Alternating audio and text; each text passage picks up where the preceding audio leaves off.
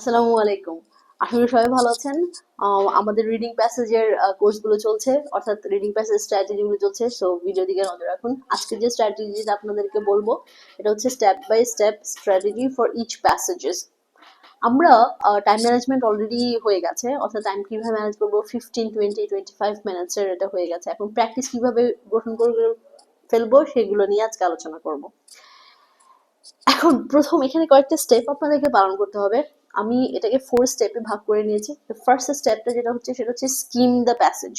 Scheme প্যাসেজের মানে হচ্ছে নজর বুলিয়ে যাওয়া, যেটাকে বাংলায় আমরা বলবো যে জাস্ট নজর দিয়ে যাওয়া। এখন নজর আপনি কোথায় কোথায় দেবেন একটু যদি খেয়াল করেন তাহলে আপনি খেয়াল করবেন আমার এখানে দেওয়া আছে title, first and last sentences. Specifically সেসব জায়গায় গুলোতে নজর দেবেন। টাইটেলটা কি বলা আছে, ফার্স্ট সেন্টেন্স আর লাস্ট সেন্টেন্স গুলো কি বলা আছে। কেন এটা করতে হবে? মেইন আইডিয়াটা খুঁজে পাওয়ার জন্য। এখন যেহেতু আপনি স্কিমিং করছেন, তা আপনার যেটা করার দরকার নেই সেটা হচ্ছে এভরি ওয়ার্ড বোঝার কোনো দরকার নেই। You just have to go through the main things and most likely main আইডিয়াটা আপনি ফার্স্ট অ্যান্ড লাস্ট সেন্টেন্স পড়লেই বুঝতে পারবেন। এবং যদি টাইটেল দেওয়া থাকে প্যারাগ্রাফের বা প্যাসেজের, তাহলে আপনি সেখান থেকেও বিষয়টা বুঝে নিতে পারেন। এই স্টেপটাতে যেটা আমরা করব এবং ব্যয় করব 2 থেকে 3 মিনিটস এই স্টেপটাতে, এবং এইটাকে বলা হয় have a rough understanding. Rough understanding just একটা ব্রিফ আন্ডারস্ট্যান্ডিং থাকলো একটা প্যাসেজ সম্পর্কে। তারপরে যে স্টেপটা হচ্ছে সেটা হচ্ছে রিড দ্য কোশ্চেন্স ফার্স্ট। আমি সবাইকে সবসময় বলি, ইভেন আমার স্টুডেন্ট যারা আইএলটিএস এক্সাম দিবে না, যারা নর্মাল এক্সাম দিবে, তাদেরকেও আমি বলি যেন সবাই প্রশ্ন আগে পড়ে নেয়, তারপরে উত্তরে আসে। কেন?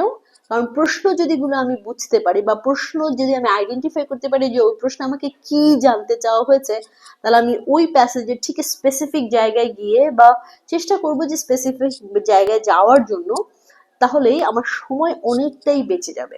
যদি আপনি প্রশ্ন না পড়ে না বুঝে আগে প্যাসেজটা পড়তে যান, তাহলে আপনার অনেক সময়ও যাবে, প্যাসেজ বুঝতে অনেক প্রবলেম হয়ে যাবে।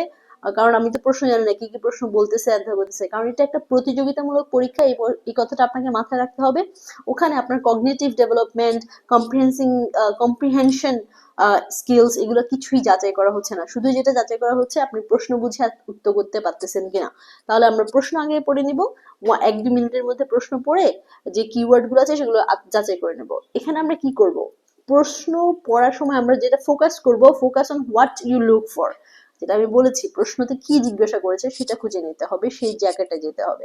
তারপর বলছি underline keywords, names, dates, specific কোনো আইডিয়া বা স্পেসিফিক কোনো টার্মস থাকলে সেই টার্ম বা শব্দটাকে জেনে নেওয়া।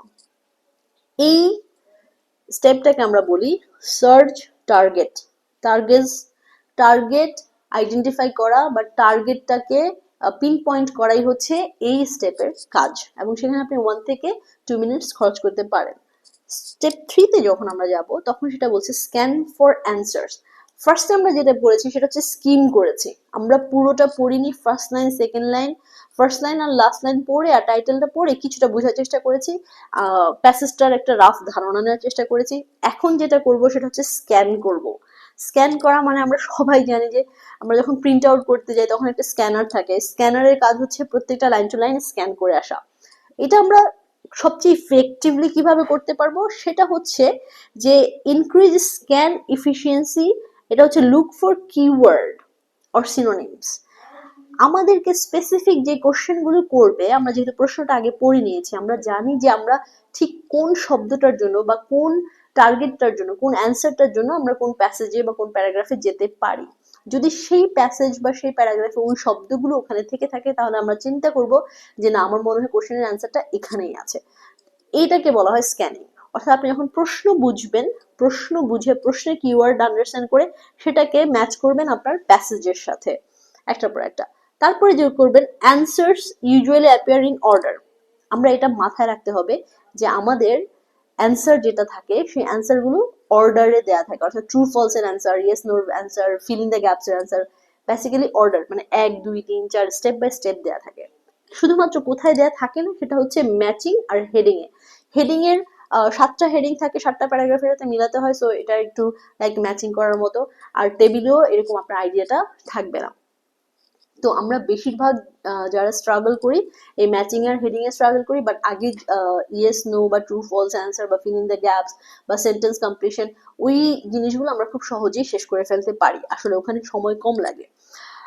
তারপরে হচ্ছে only use 45 seconds in one question, এটা আমার সাজেশন। বেসিক্যালি জেনারেলি সাজেস্ট সবাই করে 60 সেকেন্ডস। আমি কেন 45 সেকেন্ড বলছি, কারণ আমি যদি একবার পড়ে অ্যান্সার না পাই তাহলে বেসিক্যালি আমি ওইটার অ্যান্সার ঠিক ওই মুহূর্তে পাবো না, যার কারণে I move on to another question. এখানে সময় নষ্ট না করে বেটার হচ্ছে অন্য কোশ্চেনে যাওয়া এবং ওখানে টাইম ইনভেস্ট করা। 45 সেকেন্ড যদি দেন সেখানে 50 সেকেন্ডের একটা উইন্ডো থাকে, ওই 50 সেকেন্ডের উইন্ডোটা আপনি পরবর্তী কোশ্চেনে ব্যবহার করতে পারবেন, অথবা যখন আপনি কাম ব্যাক করবেন, যেটা আমরা ওই যে 3-4 মিনিটস 5 মিনিটস এর একটা গ্যাপ রেখেছিলাম রিভিউ করার জন্য, তখন আপনি সেই 15 সেকেন্ডস ইউজ করতে পারবেন। এটা খুবই ভালো একটা পদ্ধতি এবং ইফেক্টিভও। তো এই স্টেপটাকে আমি নাম দিয়েছি ফাইন্ড অ্যান্সার কুইকলি, অর্থাৎ এই স্টেপের নাম হচ্ছে অ্যান্সারিং কোশ্চেন্স বা লুকিং ফর কোশ্চেন্স, মানে খুঁজে বের করা। সার্চ তো আমরা করে ফেলছি, এখন সার্চটা খুঁজে বের করে করে আইডেন্টিফাই করে রাখা যায়, এটা এই কোশ্চেন অ্যান্সার, এটা এই কোশ্চেন অ্যান্সার, এটা এই কোশ্চেন অ্যান্সার। এখন আসছে স্টেপ 4। স্টেপ 4-এ যে কাজটা আমরা করব, প্রত্যেকটা জিনিসকে ডাবল চেক করে নিব, এটাকে আমরা বলি রিভিউ সেকশন। এই রিভিউ সেকশনে আমরা প্রথমে যে টাইম ম্যানেজমেন্ট তো প্রত্যেকটা সেকশনে আমরা করে আসতেছি, তারপরে আমরা ডাবল চেক করব প্রত্যেকটা অ্যান্সার দেওয়ার পর। অবশ্যই ডাবল চেক করে নিব যে আমাদের অ্যান্সারটা সঠিক আছে কিনা, আমি সঠিক জায়গায় অ্যান্সারটা প্রেস করতে পারছি কিনা। এই অ্যান্সারগুলোর মধ্যে যে নর্মাল মিস্টেকস গুলো থাকে, আমরা ভুল করে লাইক এ দিতে গিয়ে বি দিয়ে ফেলছি কিনা, বি দিতে গিয়ে সি দিয়ে ফেলছি কিনা, এই জিনিসটা আমরা চেক করে নিব। তারপর এটা হচ্ছে যখন আপনি শর্ট কোশ্চেন অ্যান্সার করবেন বা হচ্ছে সেন্টেন্স কমপ্লিশন করবেন, খেয়াল রাখবেন যেন আপনার স্পেলিংটা সঠিক হয়। আমরা অনেক সময় স্পেলিং মিস্টেকের কারণেও অনেক নাম্বার কাটা যায়, কারণ ওরা স্পেলিং মিস্টেক কেউ মিস্টেকই ধরে, আমাদের মতো ইগনোর করে যায় না। আমরা যেমন স্টুডেন্টের 5টা স্পেলিং ভুল হলে নাম্বার দিয়ে দিই, এরকম কিছু হয় না। ঠিক আছে, তো এই স্টেপটাকে আমরা অ্যাজ আই সেড এটা রিভিউ স্টেপ বলবো, অথবা বলবো অ্যাভয়েড ইজি মিস্টেকস। এটা রিভিউ স্টেপ যেখানে আমরা মিস্টেকস গুলো, আমাদের যে ইজি মিস্টেকস গুলো হয় খেয়ালের ভুলে, সেই ভুলগুলোকে আমরা রিভাইজ করে নিব, অর্থাৎ সেই ভুলগুলোকে শুধরে নিব। যেহেতু আমি পরে অনেকদিন ধরে, আমি কিছু এডিশনাল টিপস আপনাদেরকে দিয়ে দিব। সেটা হচ্ছে অনেকেই আমি দেখেছি যে একটা প্যারাগ্রাফ বা প্যাসেজ বুঝতে পারে না, তখন কি করে, সে অনেক সময় নষ্ট করে ওটা বুঝতে চাইতে। Please don't waste your time, invest your time rather than wasting it. তারপর হচ্ছে আমরা একটা প্রশ্ন না বুঝতে পারলে আরেকটা প্রশ্ন যেতে পারি না, একটা প্রশ্নের অ্যান্সার করেই আমাকে আরেকটা প্রশ্নে যেতে হবে, এরকম কোনো নিয়ম নেই। আপনি একটা প্রশ্নে স্কিপ করে আরেকটা প্রশ্নে যেতে পারেন, এটাকে বলা হয় move on to another section. Please do that. এটাতে আপনার সময় অনেক বেঁচে যাবে এবং অনেক তাড়াতাড়ি আপনি আবার ফেরত আসতে পারবেন, রিভাইজ করতে পারবেন এবং একটা জিনিসকে বারবার করে পড়ার সময় পাবেন। তারপর আরেকটা বিষয় হচ্ছে যেটা করবো, সেটা হচ্ছে যে ডাইরেক্টলি অ্যান্সার শিটে অ্যান্সার লেখা। এটা অনেক ক্ষেত্রে কাজে লাগে, অনেক ক্ষেত্রে কাজে লাগে না। এটা একটু প্রফেশনাল যারা একটু বেশি প্রিপেয়ার্ড, তাদের ক্ষেত্রে আমি বলবো যে তারা সরাসরি অ্যান্সার শিটে যেন অ্যান্সার লেখা শুরু করে দেয়। আর যারা প্রফেশনাল না, যাদের একটু সময় লাগে, তারা একটু রাফ করে নিয়ে তারপরে অ্যান্সারটা লিখে।